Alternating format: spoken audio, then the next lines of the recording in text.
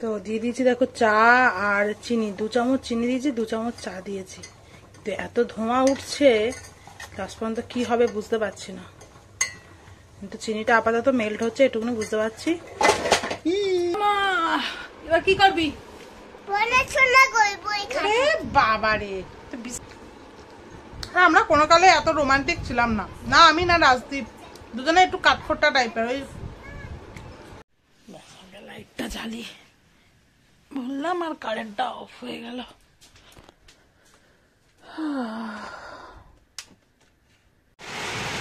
কি জোরে বৃষ্টিটা নেমেছে দেখো, আওয়াজটা শুনতে পাচ্ছ?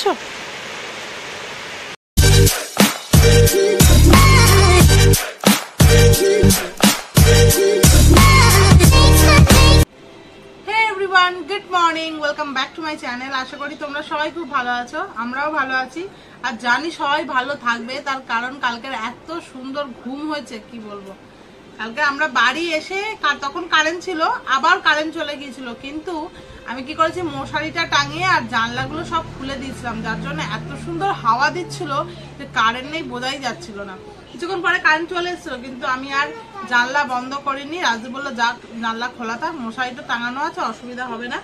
সেজন্য রাতে আর একটুও ঘুম ভাঙেনি, আর আমাদের কাউকে এসিও আর চালাইনি, সেই জন্য 2টো ফ্যান চালিয়ে দিয়ে আর সব জানলা খুলে দিয়েছিলাম। আজকে আর স্কুলে নিয়ে যেতে পারিনি, কারণ আমি উঠতেই পারিনি, ঘুমিয়েছি তখন 2টো নাগাদ ঘুমিয়েছি। আর মেয়েও কালকের অনেক দেরিতেই ঘুমিয়েছে, কারণ স্কুলে যখন নিয়ে যাই ওকে সাধারণত 11টার দিকে আমি ঘুম পাড়িনি, না তো না 6:30 পৌনে 7টার অভ্যাস নেই, তো উঠতে পারে না, যার জন্য ওকে আমি বললাম আজকে থাক। আজকেরও বৃষ্টি হওয়ার কথা আছে, দেখছিলাম ওয়েদার রিপোর্টে 10টা 11টা নাগাদ বৃষ্টি হবে, কিন্তু এখন তো আপাতত তো ভালোই রোদ দেখতে পাচ্ছি, কি হবে পরে জানি না। মামা গুড মর্নিং বলে দিয়েছো? কেমন ঘুম হলো জিজ্ঞাসা কর। মামাকে এখন একটু আম ডাল আর আলু চোখা দিয়ে ভাত খাওয়াচ্ছি। আমি এখনো কিছু ব্রেকফাস্ট করিনি, আজকের একটুকুনি দই আর ওটস খাবো, এতদিন ধরে খাচ্ছিলাম না, এত ঠান্ডা লেগেছিল তো ওই জন্য দইটা অ্যাভয়েড করছিলাম, কিন্তু আজ থেকে আবার একটু ঠান্ডা লাগাটা কম হয়েছে, তা ভাবছি খাবো। মিক্সিতে দিয়ে এসছি, মিক্সি জারে একটু গরম হোক দইটা, তারপরে খাবো। মামা এদিকে আয়। আর কালকে রাজদীপ ওর জন্য বড়বাজার থেকে এই পেন্সিল গুলো কিনে এনেছে, কালার পেন্সিল গুলো, এই নিয়ে কাল রাত্রে পেন্সিল এটা নিয়ে ঘুমিয়েছে, আর সকালবেলা উঠেই খাতা পেন্সিল নিয়ে বসে গেছে, এগুলো নিয়ে এখন আজকে সারাদিন মোটামুটি এই পেন্সিল গুলো হাতছাড়া করবে না, তাই তো? এদিকে সরে আসতে বলেছি আমি, যা দিল ভেঙে। তুই না মানে কি বলবো, এগুলোকে ঢোকা, একটা একটা করে সব এর মধ্যে ঢোকা। কোথায় গেল বক্সটা? ঢোকাও। তো চলো এখন থেকে আজকে আমি আমার দিনটা শুরু করছি, তোমরা দেখতে থাকো ব্লগটা শেষ পর্যন্ত, আশা করি ভালো লাগবে। তোমরা কারা কারা আর্টিকেল 370 বইটা দেখেছো? আমি শনিবার দিন দুপুরবেলা, ওই দিন তো কোনো রকম ভিডিও বানাইনি, ওই দিনকে দুপুরবেলা ওই বইটা দেখেছি। দারুণ বই সত্যি, যে অত বড় একটা ঘটনা আমরা তো মানে ক্যাজুয়ালি হয়তো নিই, কিন্তু একটা মানে বিল পাস করার জন্য, আইন পাস করার জন্য কত কি করতে হয়, মানে সে বইটা না দেখলে। আর ইয়ামি গৌতমের অভিনয় দুর্দান্ত, মানে সত্যি দারুণ অভিনয় করেছে, এমনিও ভালো লাগে, এমনি ভালো অ্যাক্ট্রেস, বাট বইটাতে খুব সুন্দর, মানে দেখো আর সত্যি বইটা ভালো, এত ভালো। আর এদিকে নেটফ্লিক্সে শয়তানও রিলিজ করে গেছে, দেখি ওটা আজকেরই দেখার চেষ্টা করবো দুপুরবেলাতে, দেখ পারলে একবার বইটা মুভিটা অবশ্যই দেখো। আর আমাদের ঘড়িতে এখন 4টে বেজে বসে আছে, এরা 4টে বেজে বসে আছে, ঘড়িটা গেছে বন্ধ হয়ে।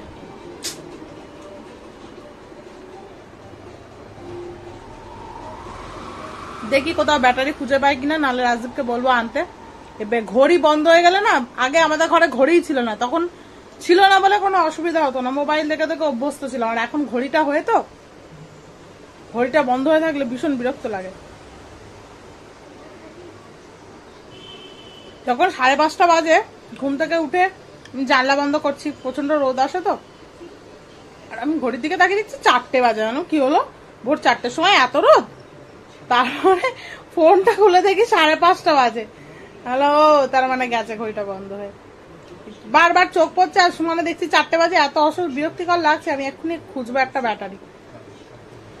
কালকেরও স্কুল ছুটি, এক্ষুনি নোটিশ হলো রবীন্দ্র জয়ন্তী। মামাম মামাম কালকেরও স্কুল ছুটি।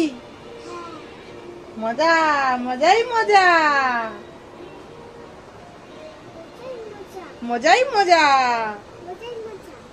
ভেবেছিলাম কালকে স্কুলে নিয়ে যাবো আবার থার্সডে, মানে থার্সডে হচ্ছে 9 তারিখ, মানে 9 তারিখ হয়ে মনে হয় 10 তারিখে যতদূর সম্ভব অক্ষয় তৃতীয়া, শিওর জানি না, 10 তারিখে ছুটি পড়ে যাবে, মানে আর একদিন স্কুল করতে হবে।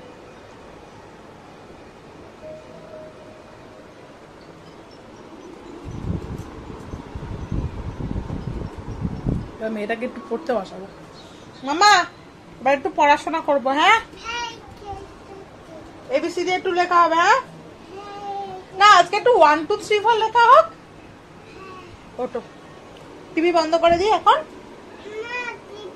না টিভি চলতে চলতে পড়াশোনা হয় না মামা, টিভি বন্ধ করে আবার পড়াশোনা হয়ে গেলে আবার আমরা টিভি দেখবো, ঠিক আছে? ভাত খেতে খেতে দুপুরবেলা যখন ভাত খাবো, হ্যাঁ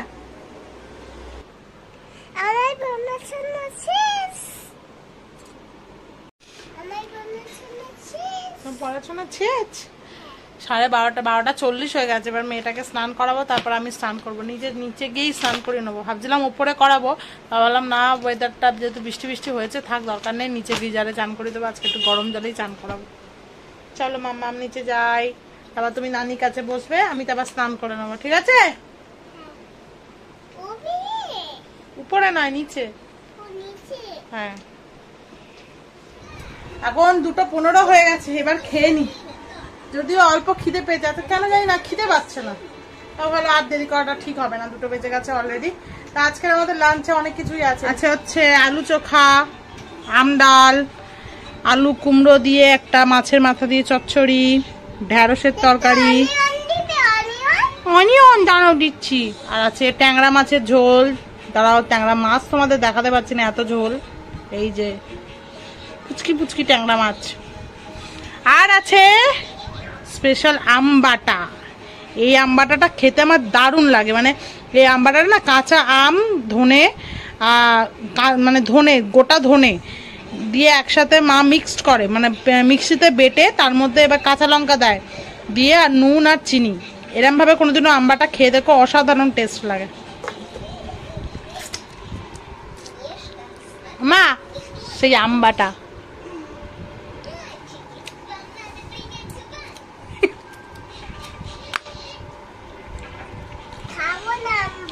আমবাটা খাবি না? ঠিক আছে খেতে হবে না, আমি খেয়ে নেবো, চাপ নিস না। ভাত খাওয়া শেষ, আরাম করে এবার এই চাটনিটা খাবো। চাটনি নয়, এটা বাটা। সত্যি এরকম ভাবে কখনো আম বাটা খেয়ে দেখো। আমি এটা জানতাম না, আমার ওই বাড়িতে হয় না, আমি এই বাড়িতে এসে প্রথম খেয়েছি। ওই বাড়ি একদিন খাওয়াতে হবে।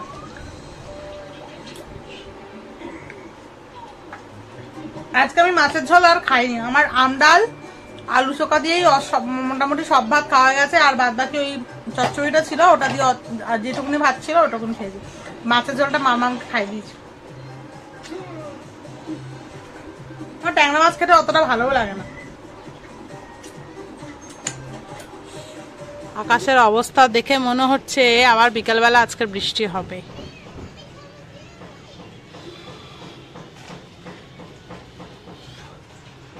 হালকা হালকা কেমন যেন মেঘ মেঘ লাগছে। চলো মামা শুয়ে পড়ি, 3টে বাজে। দেখছে দেখো না টেপি, চল শুয়ে পড়বে, চলো 3টে বাজে মামা। এখন বাজে সন্ধ্যে 7:15। আগে নিচে এসে হচ্ছে মেয়ের ভাতটা করে নিলাম, কারণ যদি ঝড় বৃষ্টি হয় আবার কারেন্ট চলে যায়। আজকে তো মেয়ের রান্না করা নেই, ওই জন্য সিদ্ধ ভাত, পটল সিদ্ধ, আলু সিদ্ধ, কুমড়ো সিদ্ধ দিয়ে গোবিন্দভোগ চালের ভাত বসিয়ে দিয়েছি। আজকে আর প্রেশারে করিনি, প্রেশারে ভাতটা না বড্ড কেমন বেশি লাগে, আঠা আঠা টাইপের যেন, ওই জন্য এমনিই বসিয়েছি। আর মেয়েটা আছে নিচে ছোট কাকিমার কাছে, কারণ কেউ ছিল না বলে ছোট কাকিমার কাছে দিয়ে এসে আর আমি এগুলো করছি। আর এর জন্য একটুখানি পিডিয়াশিয়ার গুলেছি, একটু ঠান্ডা হোক তারপরে নিচে গিয়ে দিয়ে আসি। আজকে তোমাদের সাথে শেয়ার করবো ওই ফেসবুকে প্রচন্ড পরিমাণে ভাইরাল টি, ক্যারামেলাইজ ডিশ। চলো আজকে আমিও ট্রাই করে দেখবো কিরকম খেতে হয়। সবাই এত ভালো বলছে, আমি আর না করে পারলাম না। তো প্রথমে নিয়ে নিলাম চা, আর নিয়ে নিচ্ছি চিনি। তো চলো শুরু করি। তো দিয়ে দিয়েছি দেখো চা আর চিনি, 2 চামচ চিনি দিয়েছি, 2 চামচ চা দিয়েছি। তো এত ধোঁয়া উঠছে, লাস্ট পর্যন্ত কি হবে বুঝতে পারছি না, কিন্তু চিনিটা আপাতত মেল্ট হচ্ছে, এটুকুনি বুঝতে পারছি। যা যা যা যা যা, পুড়ে না ছাড়কার হয়ে যায় তো বাঁচি। দাঁড়াও আমি আগে একটুখানি সেট করে, আমি না ইন্ডাকশনে শিফট করে গেছি। বাবা এই তো পুরো জমে গেল, কারণ আমি গ্যাসে সামাল দিতে পারছি না। কি হচ্ছে কি করছি ভগবান জানে।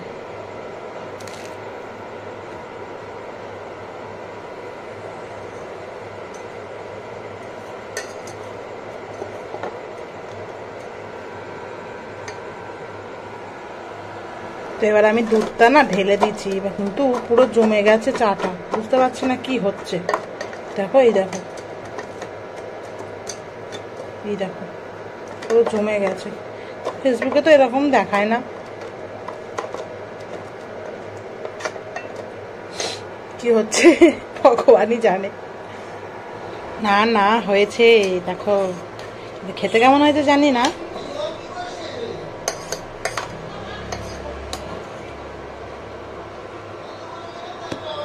চলো চা ছেঁকে নিয়েছি, দেখতে তো নর্মাল আমার চায়ের মতনই দেখতে হয়েছে, এরকমই আমার চায়ের কালার হয়। তো খেয়ে দেখি কিরকম হয়েছে। ভাতটা আমার হয়ে গেছে, বন্ধ করে দিয়েছি। এবার ঘরে যাই, ঘরে গিয়ে পুরো ঘেমে গেছি, চাটা খাই। এত গরমে চা খেলে চায়ের ক্যারামেলাইজ টিয়ের চায়ের মজাই বুঝতে পারবো না।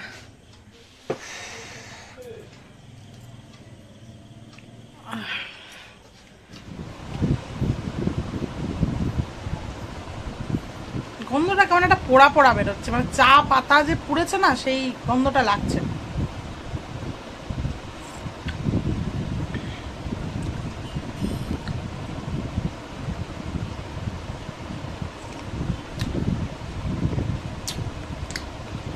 সেরকম আহামরি কিছু নয়, এমন দেখায় একটা পোড়া পোড়া স্মেল আছে যেটা চা পাতার, ব্যাস আর কিছুই নেই। সবাই অনেকে বলে নাকি একটা কেমন তন্দুরি তন্দুরি ফ্লেভার লাগে, মোটেই না, শুধু পোড়া চায়ের গন্ধ বেরোচ্ছে একটা। খুব খারাপ নয় আর খুব ভালোও না, চলে যাবে। আমি একটু আমার জন্য কুমড়ো আলুর একটু তরকারি বানালাম। রাতে হচ্ছে তরকা হয়েছিল, কিন্তু আমার হচ্ছে তরকাটা খেতে কেন জানি না ইচ্ছা করছে না। বললাম একটু কুমড়ো আলু শুকনো শুকনো আর জম্পেশ করে ঝাল দিচ্ছে। আমার প্রায় ঝাল খাওয়া উঠেই গেছে, মানে সবাই একসাথে রান্না হয় আর আমার ঝাল খাওয়া হয় না, মানে সেরকম, মানে আমি যেরকম ঝাল খেতে ভালোবাসি আর কি। তাই জন্য ভালো একদম নিজের মতন জম্পেশ করে ঝাল দিয়ে আর রান্না কুমড়ো আলুর তরকারি বানাচ্ছি।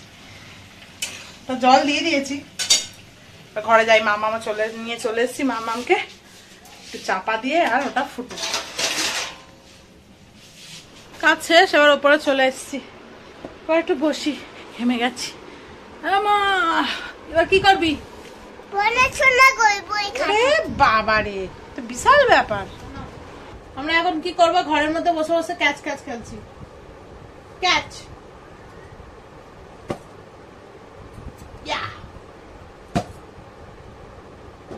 আমি ওড়না নিয়েছি, ওই জন্য ও দেখো ওই দড়িটা নিয়ে ওড়না নাকি ওটা যা ধরতে পারে না।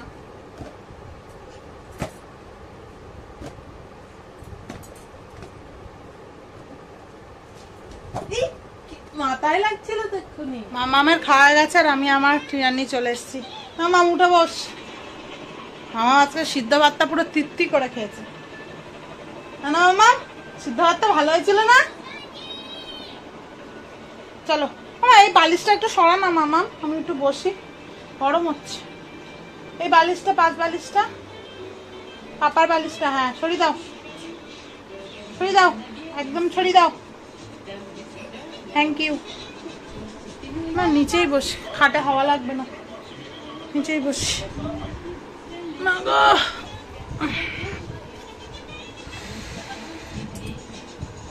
কালকে আমাদের একটা বিশেষ দিন, সেটা হচ্ছে আমাদের কালকে অ্যানিভার্সারি। কিন্তু জানি না কোথাও বেরোনো হবে কি না, কারণ রাজদীপের মাসের প্রথম, যেটা একটু চাপে। একটু টিভিটা আসতে দে না মামা। মাসের প্রথম যেহেতু, সেজন্য বেরোনোটা একটুকুনি প্রবলেম আছে, কারণ দোকানে দুটো ছেলে, দুটো তিনটে থাকলে তাও হতো, কিন্তু দুটো ছেলে নিয়ে জানি না কি করবে। কালকে আবার তো রবীন্দ্র জয়ন্তী, তা ছোট কাকুর মনে হয় কালকে ছুটিই থাকবে। দেখা যাক, কালকের ব্যাপার কালকেরই দেখা যাবে। গেলে আর কোথায় যাবো, একটুকুনি খেতে ফেতেই যাবো। আর খাবো বা কি, রাজদেবে তো সব খাওয়াই বারণ। একটু অ্যানিভার্সারির দিনে একটু চিকেন মটন না খেলে হয়? কালকে যদি না করা হয় তাহলে সোমবার কোথাও একটু যাওয়ার ইচ্ছা আছে। আর মাম্মাম জানো কালকের আমাদের বিয়ে হয়েছিল, আমার আর পাপার। তোমার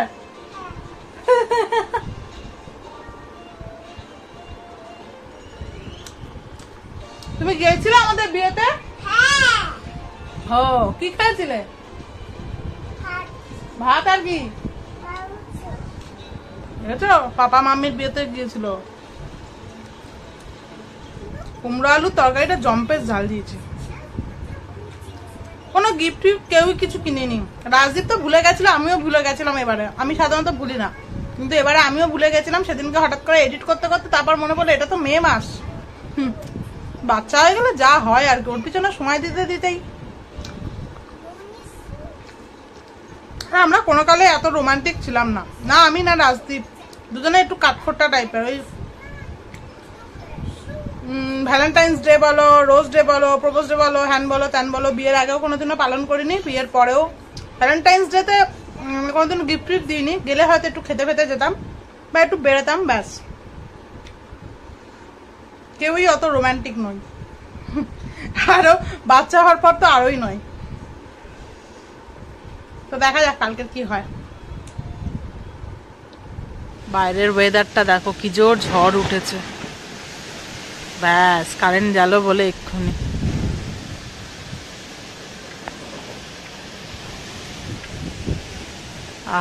কি সুন্দর হাওয়া দিচ্ছে। আবার বৃষ্টি, আবার ঝড়। রাজদীপটা আছে, কি করে বাড়ি আসবে কে জানে। বাজে প্রায় 12টার বেশি হয়ে গেছে।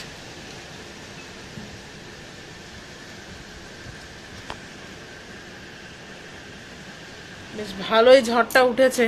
এখন বাজে 12:25। আমি যাই, যতক্ষণ কারেন্টটা আছে নিচে জামা কাপড়ের বালতিটা নামাতে হবে, সেটা নামিয়ে দিয়েছি। মেয়ে তো ঘুমিয়ে পড়েছে, দেখতেই পাচ্ছ। মশারিটা টাঙিয়ে নিলাম, বাই চান্স যদি কারেন্টটা চলে যায়, বাই চান্স কি যাবেই, কারণ ভালোই জোরে ঝড় উঠেছে। একটু পরে বৃষ্টিও নামবে মুষলধারে। আর যদি কালকে মতন জানলাটা খুলে শুতে হয়, ওই জন্য মশারিটা আগে থাকতে টাঙিয়ে নিলাম। রাজদীপটা কি করে বাড়ি আসবে সেটাই ভাবছি। যদি সে কালকেকার মতন ওরকম জোরে বৃষ্টি হয়, তাহলে আসাটা তো খুবই চাপের। কারণ ব্যাস, বলতে বলতে কারেন্ট অফ। লাইটটা জ্বালি বললাম, আর কারেন্টটা অফ হয়ে গেল।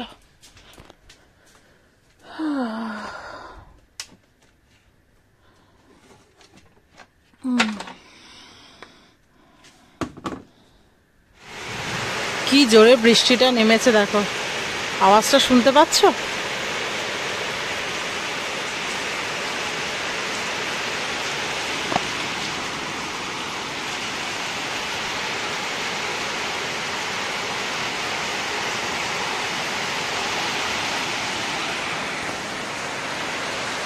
চলো, আজকের এই বৃষ্টির আওয়াজ শুনতে শুনতেই ভিডিওটা শেষ করলাম। তোমাদের সাথে দেখা হবে আবার কালকে। তোমরা ভালো থেকো, সুস্থ থেকো। আজকেকার মতন গুড নাইট, টাটা। জানলা ফাল্লা সব খুলে দিয়েছি।